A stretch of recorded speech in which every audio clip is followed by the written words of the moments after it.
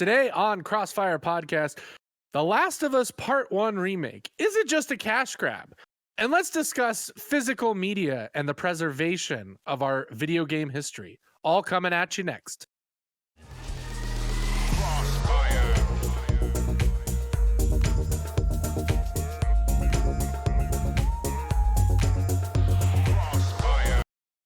Hey everybody, welcome back to another episode of Crossfire Faith and Gaming, where we discuss the latest gaming news, we talk about a topic that is interesting, and we bring you a community, more than anything else, where you are loved, where you are supported, and where faith and fandom meets our spiritual needs and our pop culture needs all at the same time. So let's get into the news for today. Russ, what do we got?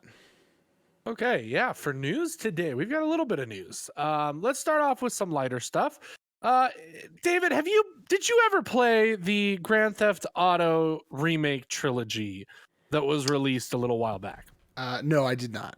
I never tried it. I think it was probably day 2 that they came out with the news that it was not doing well on people's systems. So I think I just avoided it altogether.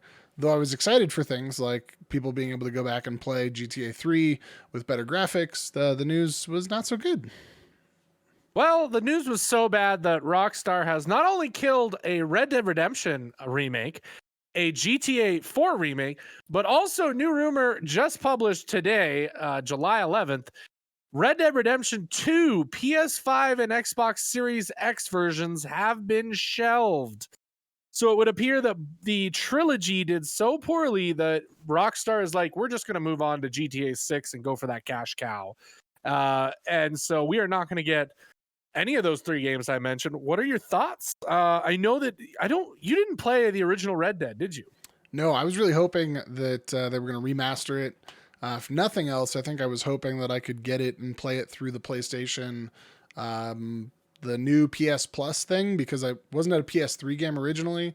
So one of those games you couldn't play unless you went back and, stole somebody's PS3 and the physical disc. So hopefully at some point, if that comes to that, then I'll be able to play it. But yeah, I was really hoping for updated graphics. I was kind of sad about it. I was also sad just because I love tinkering and seeing how graphics are and seeing, as they get better over time. So I was excited because Red Dead still looks amazing. It looked amazing on the PlayStation when it first came out, on the PS4 and the Xbox. And so, seeing what it could look like on next-gen consoles, I was very excited about it. But I guess not so it's not going to be possible. No, it would seem that Rockstar is not going to waste their resources on that. So and it makes sense. They know that they're going to get, a million bajillion pre-sales of GTA 6 as soon as they announce it and go live with it. I think that's all they have to do is just say, we're coming out with this game, and then they're going to sell billions of dollars. So tons and tons of copies. Okay, well, moving on, a little bit of industry news, which, a little bit exciting. I'm very interested and hesitant about it, which is the return of E3 in 2023. Of course, we did not get E3 this year. However, the people who put on PAX, Comic-Con, Star Wars Celebration, all sorts of events are now going to be in charge of putting on E3 next year. So, Dave, what do you think about this news? What do you think E3 will be like? Are you excited? What are your thoughts on the idea that E3 is coming back next year? To me, it's an evolution of the event. Originally E3 was an industry insider event. Only the people who were industry insiders got invited. So it was the Electronics Entertainment Expo that was only for those who worked in electronics and entertainment. Then in 17 or 18, I think, and I think it was 2018, they announced that it was open to the general public. And so you could go even if you were just a Joe Schmo off the street with a general public ticket. I went in 2018 in Los Angeles, was very excited. Granted, stood in line for 3 hours to play a 20-minute demo of the Tomb Raider game that was coming out. I stood in line for 3 hours to get a demo of the escape room for Fallout 76 and got some Nuka-Cola and a Fallout 76 mask.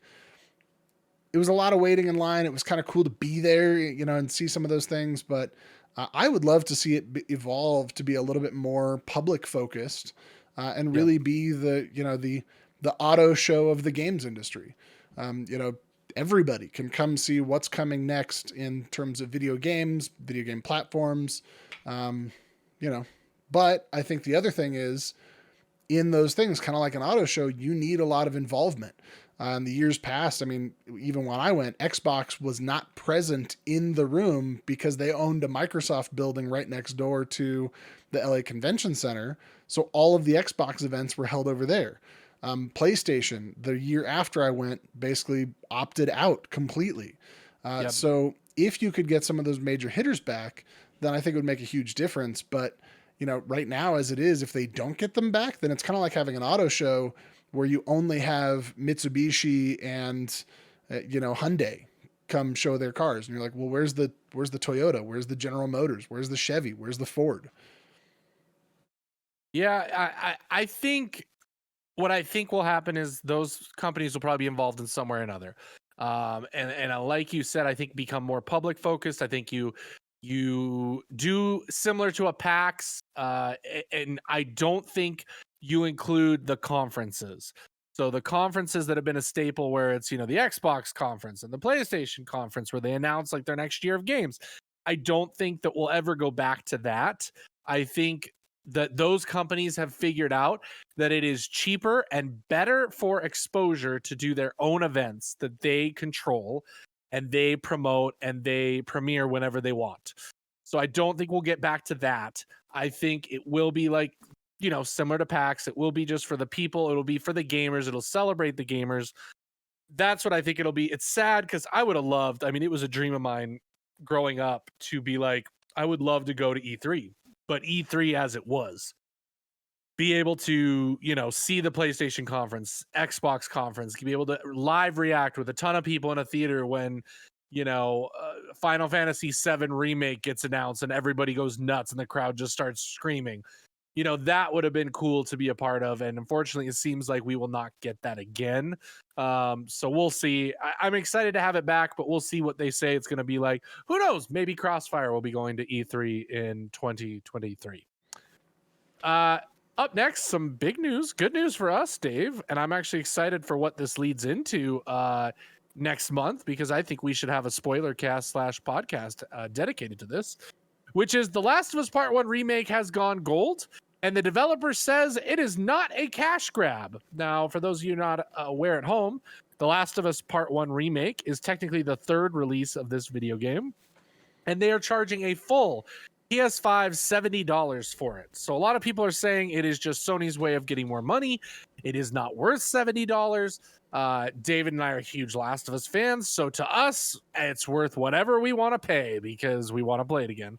But Dave, what are your thoughts about you know, Last of Us coming back next month? Are you excited for it? And do you think this is just a cash grab, or from the comments that this developer makes, do you think it's something bigger and deserves the $70 price tag? I think for me, I mean, The Last of Us was the thing that made me buy a PlayStation instead of an Xbox when I first got back into console gaming. A good friend of mine showed me the game, said it was amazing. I played 3 hours of it. I really wanted to play more. I thought the story was extremely compelling. The graphics were neat. It was kind of a scary game without being a horror game. It had spooky, scary elements, but most of all, it was just an intriguing, interesting, well-told story. And so for me, that was the thing that made me buy a PlayStation, because I said, I can only play this game on a PlayStation. I bought a PlayStation, played through The Last of Us Part 2, absolutely loved every minute of it. I think on the one hand, I could see that it's not a cash grab. It's them trying to just do what we just said Rockstar canceled out and didn't do, and to do it well, right? Rather than using AI to try to upscale things, rather than just applying new textures. My biggest complaint with Last of Us, the original game, was the controls were kind of clunky. The user interface was not perfect. They improved that in The Last of Us Part 2.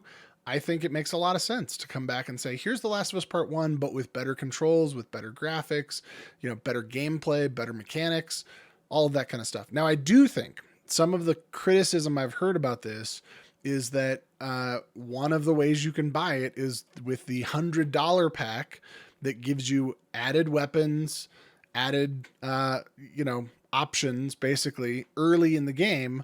And somebody said, for an extra $20, you can absolutely ruin the first part of the game. Because I do remember is one of the things that early on in the game is you're like, all right, I've got a rifle and I've got 3 rounds. I'm going to have to make very careful decisions about whether I use this and how. And it was a game. Every game says, you can choose how you want to play. You can be stealth, or you can just run in and take out the enemies. But not every game actually offers those options. This game really, really did. So I do think that piece of it is kind of crummy that they're going to do that. And I could also see that maybe the studio is saying, we're looking at making Last of Us Part 3, but to do that, we're going to need more funding than Sony's willing to give us. So what if we do this other thing? And if we prove to people that it's good, I don't know. I could see that. Last piece I'll say, and then I'll shut up, is I think for a lot of different people, they're entering into the Sony universe at a different stage. And I would say this for the same for games, the same for, movies, right? If you're going to go and you're going to watch Marvel movies, if you're going to start with the very first Spider-Man that came out with, even I would say the first Spider-Man I remember, which is like the Tobey Maguire Spider-Man, those graphics are not as good as today's graphics, right? This is why movies get remade. This is why stories get retold, sometimes for the better, sometimes not. But my son right now is not old enough to play The Last of Us, but in a few years when he is, would I rather he go and play a game that has amazing graphics and great gameplay and is still telling the same compelling story? Or would I rather he say, oh, I've got to go back and play the PlayStation 3 version with bad graphics and poor controls? I'd rather he play a really good updated version. And then last thing I think is with the new HBO series coming out, it may pique more interest in people going back and playing them, kind of like Uncharted did. But then everybody that wanted to go back and play Uncharted 1 found themselves with pretty old looking gameplay, even with the remasters, because they were remasters and not remakes. Russ, what are your thoughts? Yeah, I was about to say same thing. I think this is really smart. I think the real audience for this game are going to be new Sony gamers, people that want to get into The Last of Us for the first time, which there still are plenty. I mean, exclusives, while they can sell really well and sell, millions of copies, they're not like your GTA 6, your Red Dead Redemption 2 that are selling, 50 million copies. So there is still a very large gaming population that has not played The Last of Us. Not to mention, we have to forget, when they announced this remake, they did say that there was a PC port being developed. So people on PC will get a chance to play this game as well for the first time. So agreed, I think this is completely different in that sense. I don't think it's a cash grab. I trust Naughty Dog. I mean, let's be honest. When have we not had to trust Naughty Dog with putting out a quality product when it comes to gameplay, graphics, and all of that? They always set the bar high. So the fact that they're doing a full-on remake of a game, not just a remaster, and they make sure to say it's a remake, tells me that the game is going to be amazing. So excited for it. We will definitely be doing some coverage. I would love to do, if you guys didn't already know, we did a spoiler cast for The Last of Us Part 2 where we talked about the themes and different things about the game. I would say that Dave and I will do that for The Last of Us Part 1. It's one of our favorite games, so we will definitely be doing that next month. Yeah, so be on the lookout. I want to share a quote here from the article really quick. It says here, I'm going to put it up on the screen for everybody. That Robert Morrison, who also worked on God of War, Resident Evil 7, and Injustice 2, said The Last of Us Part 1 is the most meticulously built and crafted project I have ever seen or ever been a part of in my entire career. So I think that bodes well for the future of this game. Agreed. The future of the past of this game. Yeah. Yeah. Agreed. For everybody that's going to buy it again for a third time. And I even bought in with the remake. Right when I got in and I started playing it on my PS4 Pro, the remaster. I was playing the remaster. That's right. So yes. I think I didn't even have to play the original. So I think it's gonna be good. Real quick before we get into the topic of the show, because we have 2 articles that are technically about the topic of the show. One last thing. We've been talking about this in the podcast before, but constantly over the last year, it would seem that there have been a number of studies on gaming and what it does for kids. And I know we have younger people listening and we have parents listening, and we always like to kind of touch on the parental side of things. And the idea is, we just recently saw an article that talked about how gaming can help with dyslexia. People who game for more than an hour are considerably more intelligent with their IQ level. And now, just recently posted today, is Neuroscience News posted an article talking about the fact that video game players show enhanced brain activity and decision-making skills. So we are just constantly seeing these studies come out that are showing all the positive effects of video games. And I can't remember the last time I saw an article showing a negative effect from video games. I mean, we know all the studies talking about how violence in video games do not lead to violence in real life. So that one has kind of been debunked. And we see all of these positives. So David, as a parent, what are your thoughts when you see stories like this? I know I talked to a friend of mine who's a parent, and their kids struggling with dyslexia and struggling with different issues. And I mentioned the article and showed them, and they were very surprised and pleased. And they said, we've been starting to play games with our kids more, and helping them read through the game and letting the kids also do their best in reading. And they have seen quite a bit of an improvement in their reading. So Dave, what are your thoughts when we see these articles and things come up showing what video games can do for younger adolescents?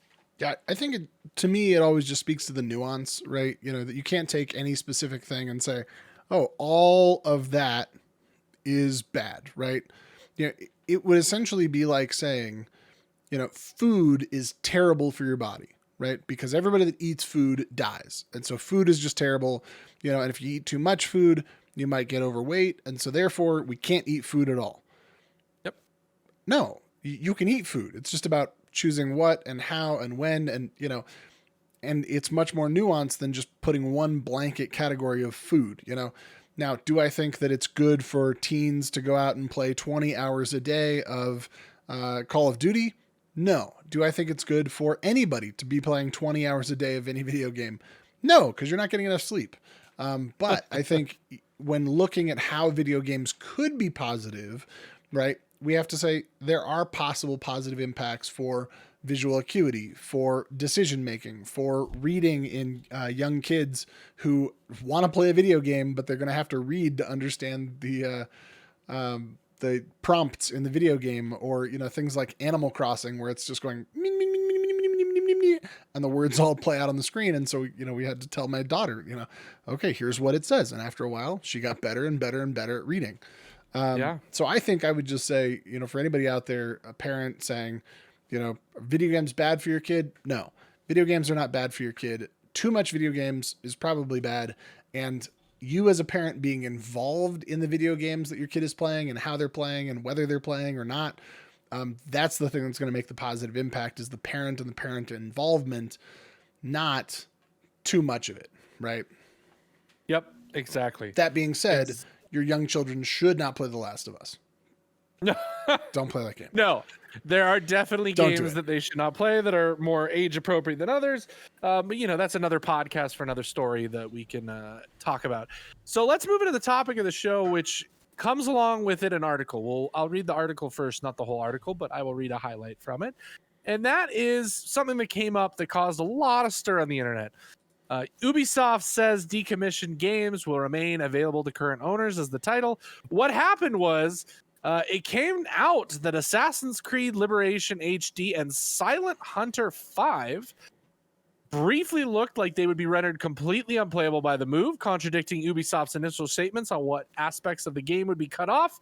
Ubisoft now says it was wrong wording and notices on the game store pages. The backstory: last week, Ubisoft announced that it would be shutting off online support for a selection of games between 2009 and 2019, including 11 on PC, and published a list. Only one of the games in the list, the 2019 multiplayer-only VR shooter Space Junkies, was going to be rendered completely inaccessible by the move. Since the announcement, though, Assassin's Creed and Silent Hunter were pulled from sale at the request of the publisher, and they also received notices on their Steam page that read, "Please note that this title will not be accessible following September 1st. So again, it looked like they were going to delist some titles. This is kind of an issue that has been creeping up on many games over the years, especially as several games are online-only titles. And because they're online-only and studios do not support networks for a permanent period of time, that means that those games could be rendered incomplete unavailable, not able to purchase, not able to play. So David, what are we talking about today in our topic of the show in regards to video games being delisted? Yeah, so the topic of the show really is media accessibility, right? And guaranteeing media access and what that means, both in terms of video games, but also we have a kind of a way to talk about scripture there a little bit. So I think it's one of those interesting things, especially for like online games. I was thinking about this back when I bought the Tom Clancy game, The Division 2. It has to log into a server to be online to be playable. And so if that server is not available, if your internet connection is not available, then you can't play the game. And so I thought, well, what is the lifespan then of this game? And there's other games like that, certainly, the online games that are online only multiplayer. You can't play offline World of Warcraft or offline Overwatch, right? Or offline, I don't know, you name it. And so, there's a lot of push, I think, by some folks. Russ, you and I talked about, you are a huge proponent for, or a huge Physical champion of physical media, because you've still got your PlayStation 1 and 2 and 3 that you can pull out the disc and you can pop it in and you can play it. Whereas, there are some games that I probably can't play anymore because I don't have the console anymore. I have Wii games and my Wii is now broken, and if I had them only digitally, would I still have access to them? iPad is a great example. My iPad 1, the software is no longer working, and so therefore I cannot access the titles that are on there because there's no version old enough to work on the OS that's old enough to play on there. So, it's interesting. I wanted to bring up the project, the Video Game Foundation, Video Game History Foundation, gamehistory.org. They are a group that is trying to archive as many video games as possible so that you can go back and play them, along with video game memorabilia, video game magazines. But it really makes me think about how we have archived and accessed scripture over the years. I think about a lot of my Bible commentaries, for instance. I've got volumes and volumes that take up shelves and shelves and shelves. And on the one hand, that's kind of annoying because I could fit all of it in my iPad. On the other hand, if I'm taking all of my notes someplace that's online, are my kids going to have access to the notes that I'm taking, where I know that I've got my grandfather's notes that he wrote down in a physical book, in a physical index card, in a physical Bible? And this is one of those things that for years has been a difficult thing for Christians, because you look back 1500 AD, right? Before the printing press and before the Bible was getting translated into people's languages, you went to church so that you could hear scripture be read and then interpreted. People would go to their local Catholic church, and the priest would read from the Latin and then would interpret for you what it actually meant. Right. And even then, maybe you were lucky if your town had a Bible, right? Most towns maybe had one Bible for the town, and it was housed in the church, and otherwise nobody had access to scripture. So, on the one hand, things are becoming more accessible than ever before. On the other hand, I do worry that with things being digital, there may come a time when something happens and we may lose access to it. In fact, one article I was reading the other day was talking about a woman who, I'd have to look it up here. A woman basically ran a video store, and she had 100 different TVs playing, and she recorded VHS tapes of those TVs playing. And that is now the most complete archive that we have of television shows that were being played in the 80s and 90s, because she just happened to be recording them. But at the time, stations probably weren't recording every single second that they broadcast. And then if they were being re-recorded over because media was expensive. And so, how do we archive things for future generations? And is it important? I don't know, Russ, what are your thoughts? Well, yeah. I mean, yeah, like you said, on one hand, things are more accessible than ever. I think, and I don't know if I can call it this, but I feel like we are kind of in the midst of a religious reformation, just with how our country is split, how things are being done, and how, kind of the more I don't even know what to say specifically, but just kind of how the church is moving in a direction where a lot of young people are starting to pull away from the church, mostly because they believe that the church isn't really teaching what it needs to be teaching anymore. And I view that as kind of the reason for that is, like you said, people went to church a long time ago to have Bible verses read to them, have it be interpreted, have it be, spoken to them. And while you had the ability and the access to commentaries, like you said, most of that was in libraries. And how many people were going to libraries just to sit down and read massive commentary books, except for seminary students? And as that stuff has become more and more readily available online for people to consume at a moment's notice and be able to look it up and be able to dive into it, I feel like we're seeing a vast change in where we are today as people. But on the other hand, are we becoming now almost too reliant on the digital age? And that's where my concerns and fear, especially when it comes to media, is when it comes to online media and online sources.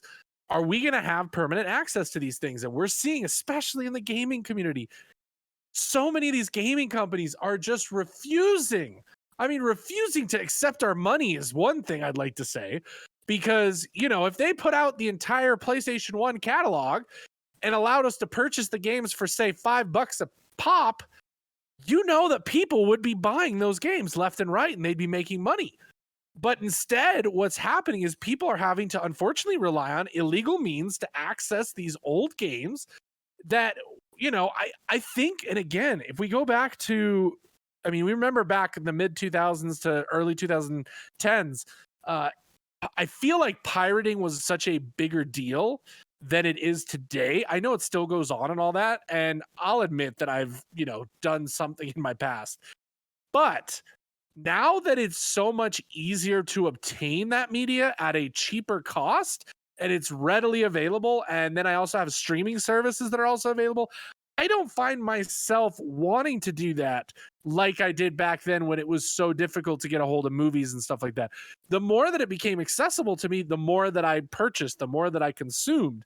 And it's just shocking that here in the gaming industry, what we're seeing is we're seeing more and more gatekeeping when it comes to previous games, older titles, things like that are just disappearing, not readily available, not easily available. And then the worst part is, with the pandemic, what we've seen is anything that is collectible has just skyrocketed in value and price. And video games has been one of the biggest culprits of this. As somebody who, collected older video games for the longest time, I had to stop because it's too expensive now. Games are just so expensive. For a while there, it was so cheap to collect. I could buy a game for $2 to $5 from someone, or buy a handful of games for $20, $30 from someone who's just trying to get rid of them. Now the games are costing hundreds of dollars because they're so difficult to get. I just think that we need to be smarter when it comes to this. I think it needs to be a two-prong approach. We need to be smart about archiving and making things readily available. And on top of it, we just need to, understand and realize that we all want to consume older media.